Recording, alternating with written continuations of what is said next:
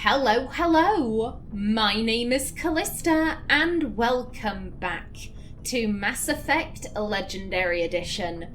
In the last episode, we were getting to know more about Liara, and as it turns out, she and Naomi actually have a fair amount in common. It was really rather surprising, pleasantly surprising, don't get me wrong. Now, I am hoping that Kaidan will also be willing to open up a wee bit.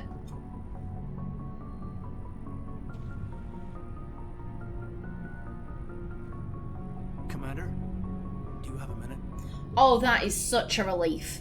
That is such a relief. One of my favourite things in a BioWare RPG is getting to know the companions, getting to know their pasts and learning about their personalities and all of that. And I was worried that...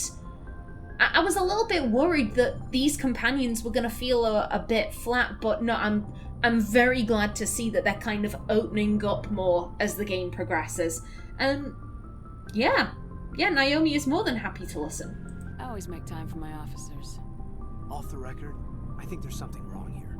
This Saren is looking for records on some kind of galactic extinction, but we can't get backup from the Council? Sorry, Commander. There's writing on the wall here, but someone isn't reading it. Oh, Naomi hears you. Naomi hears you loud and clear. The Council are being major assholes, and I get the very distinct feeling that I am going to repeatedly say that over the course of these 3 games. The Council doesn't want to believe anything's wrong. I'd call it human nature, but... I hear you. It just seems like a group that's been around as long as the Council should see this coming. It's funny, we finally get out here, and the final frontier was already settled. And the residents don't even seem impressed by the view. Or the dangers.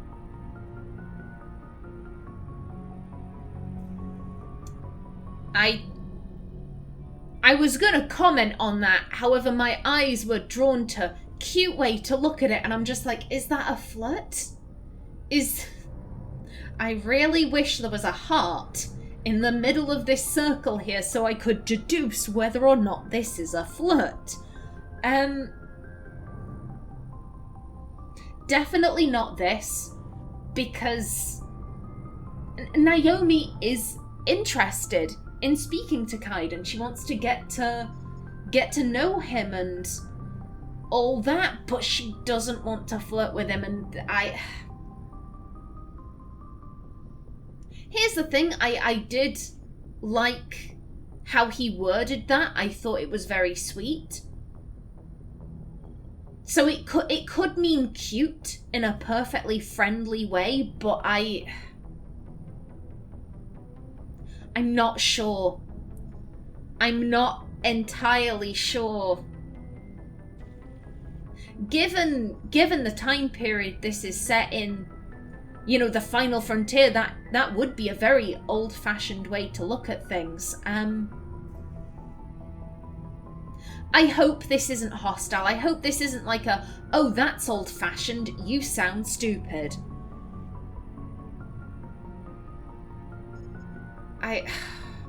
This could be perfectly friendly, but I don't think I want to take that risk.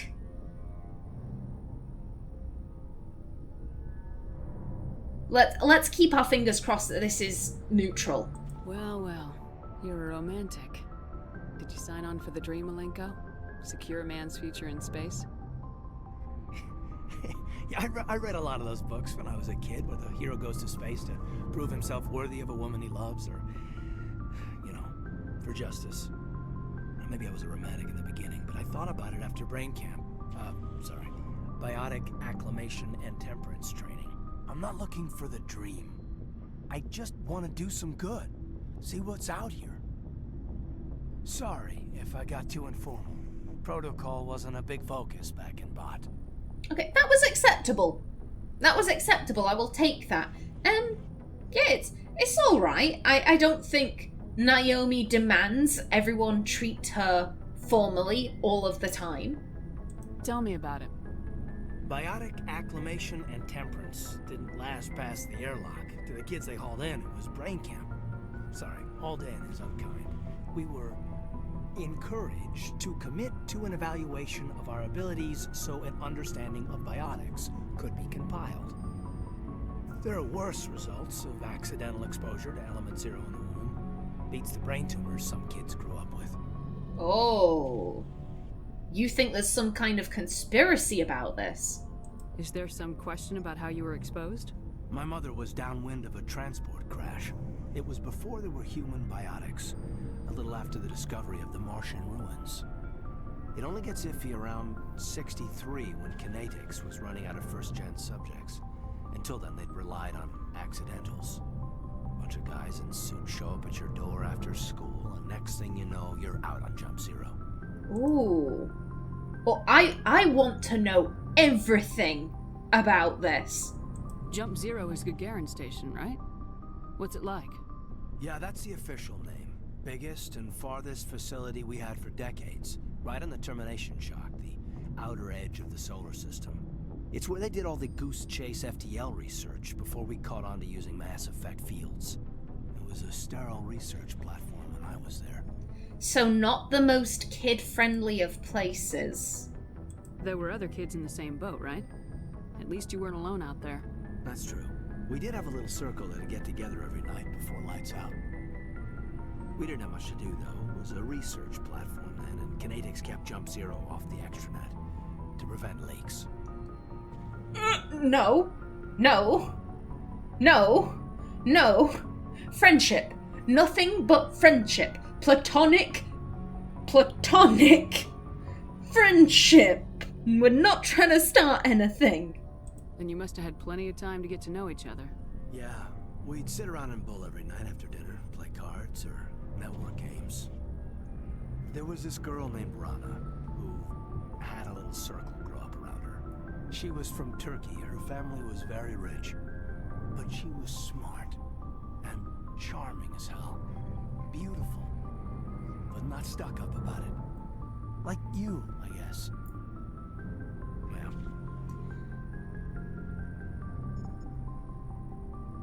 Oh, he's on the verge of flirting. He's on the verge of it. Because here's the thing, the way he was talking about this Rana girl, it sounded like he admired her. He probably also, there are no probablys about it, he absolutely did have a crush on her. However, it wasn't like he was talking about her sexually. He was speaking like, oh, she was so admirable, she was charming, and she was smart, and she was beautiful, but she had these other qualities that I'm talking about first. So that isn't an outright flirt. You know, saying, oh, I admire these qualities about you in the same way that I admired this girl for those qualities, but it's on the border of it. It's on the border of it. I don't think there's any harm in asking him, hey, did you love this girl you knew? Again, I'm just like, please don't. Oh, you know, if you liked all those things about her, then how do you feel about me? Like, I'm hoping, please don't do that. Please don't. Let's keep the focus on Rana. You know, that girl you had a crush on. Let's keep the focus on her and not on Naomi. Sounds like she was special to you. She was. Maybe she felt the same. But things never felt together. Training, you know. You know of any intentional exposures for certain? No one knows. Doesn't mean they didn't happen. As big as the exposures were, it was hard to track down accidentals. It was different then. No one knew the potential, so there wasn't a lot of regulation. Anything Kinetics did was gold. I'm not saying they intentionally detonated drives over our outposts, but in retrospect, they were damn quick on the scene. That does sound suspicious. That sounds extremely suspicious, and I mean, here's the thing, biotics are powerful. Biotics are extremely powerful. It does behoove the government or corporations, whoever you want to pin this on, it does behoove them to create more. So, Jump Zero's a long way from home. What was it like? The grand gateway to humanity looks a lot better in the vids. Anyway, this was supposed to be a casual debrief, not a bull session about stuff that happened years ago.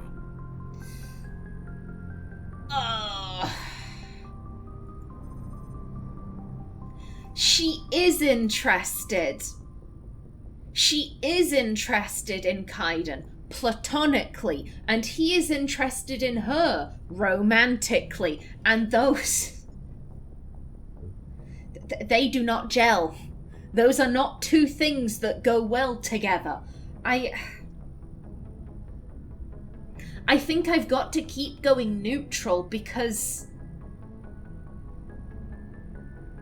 Naomi can clearly see, okay, this man, he has feelings for me, and he's being very respectful so far. He's not outright flirting with me. As such, I have nothing to shut down.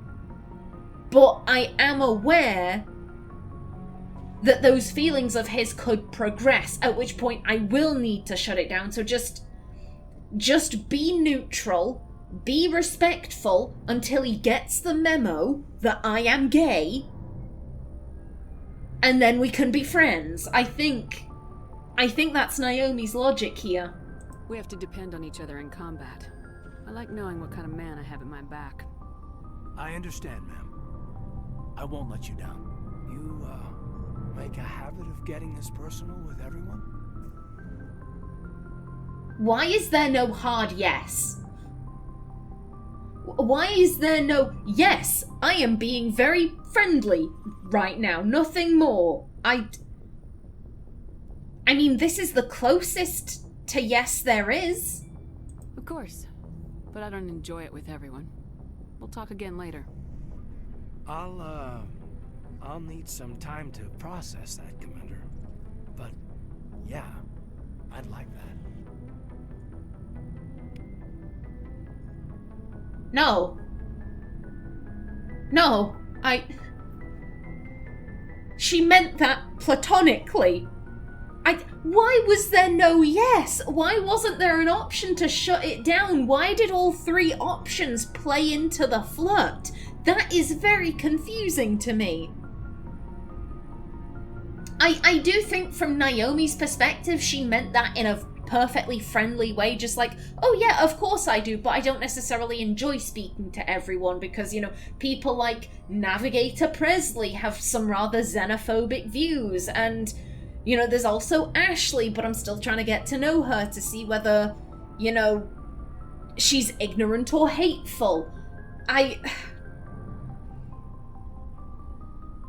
I really don't understand why there wasn't the option to shut that down. I don't understand why all three options kind of played into it. Naomi, you need to organize a pride march on the Normandy. You need to organize this. You need to parade up and down this strip in a pride flag, singing I am what I am. Maybe then he'll get the memo. Maybe then he will learn. But until then, I reckon we are gonna have problems there. I reckon we raised his romance flag there. Here's the thing, I can't imagine that they'd force you to romance someone that you didn't want to romance. And I mean, as it stands right now, Naomi doesn't really want to romance anyone. Certainly not a random dude. Here's the thing, if he does try to push it, Naomi will have to shut him down. And depending on what way he takes that conversation, things could get messy, because here's the thing, if he's respectful, if he's a gentleman about it, then we can just shut him down, say, no, we're not interested, no thank you. But if he basically pulls an Anders in Dragon Age 2, where he gets really pissy that you won't be in a relationship with him, if he tries to be like, oh, I can't believe you're doing this to me. Why? I'm a good guy. I'm a nice guy. Women are all whores. They don't know a good guy when they have it. Like, if he tries to pull that, Naomi will not hold back, because she didn't wake up and just decide to be a lesbian. Like, she was born this way. It's just a part of who she is. She will not be made to feel guilty about something she has no control over. So I've got my fingers crossed. Please don't be like Anders in Dragon Age 2. Please be respectful. Commander, how are you? I am very well, thank you. Tell me about you and C-Sec. Why did you want to be a C-Sec officer in the first place? That's a good question. There were several reasons, I guess.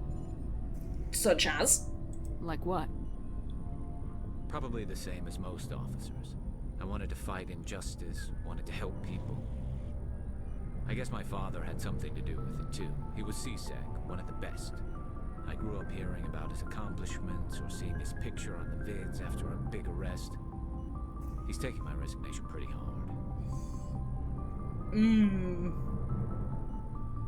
These seem a little counterintuitive, because I think it's pretty obvious why he's taking his son's resignation hard. His dad probably loves C-Sec.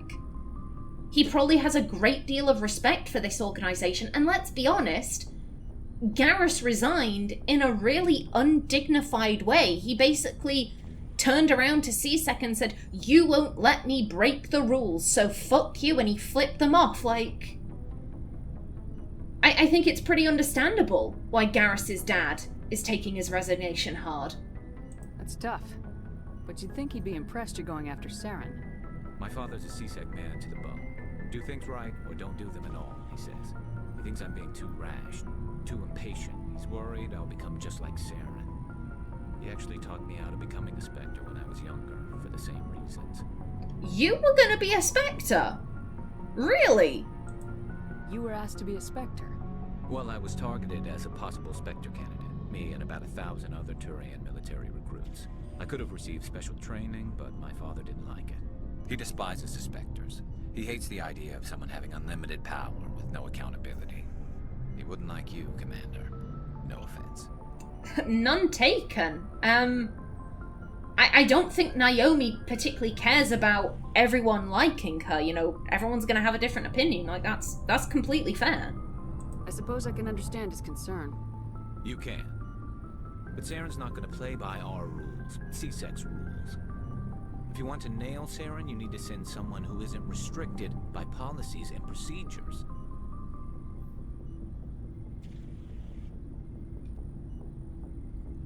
Okay, here's what I'm thinking. Technically speaking, Naomi is restricted. She is restricted by her moral code. Like, laws are flexible. Naomi is absolutely willing to break certain laws and overlook others and this, that, and the other, but she isn't completely unrestricted because she does have a moral code. You know, if someone isn't a threat, maybe don't murder them. Try not to become a psychopathic serial killer. You know, those morals. So technically what he's saying isn't true. However, is the game talking about moral codes here? Like, that's my logic. But this could actually mean something completely different. There have been multiple times where I've picked something thinking it was one thing and it actually turned out to be something completely different, because these indicators are not 100% accurate to the statement that is going to be said. So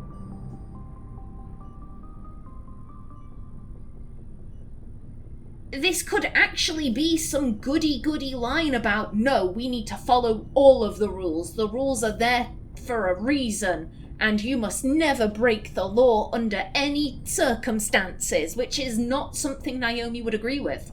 At all. Just like how these options can sometimes be a lot more violent than you first think, these options can be way more goody-goody than you'd first think. So what does this mean? I mean, I can guess what exactly means. You know, like, oh yeah, let's break all the rules, let's do stuff our own way, fuck the police. Like, I can guess what this means. I'm 50-50 on where this could be going. What does forget about it mean?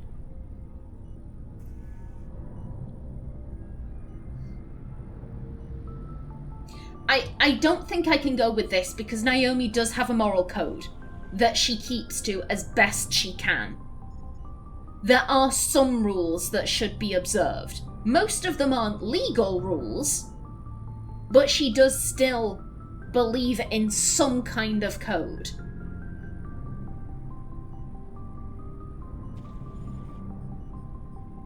I'm going on about morals, but the game is talking about policies and procedures, so I reckon this is probably a really goody-goody answer.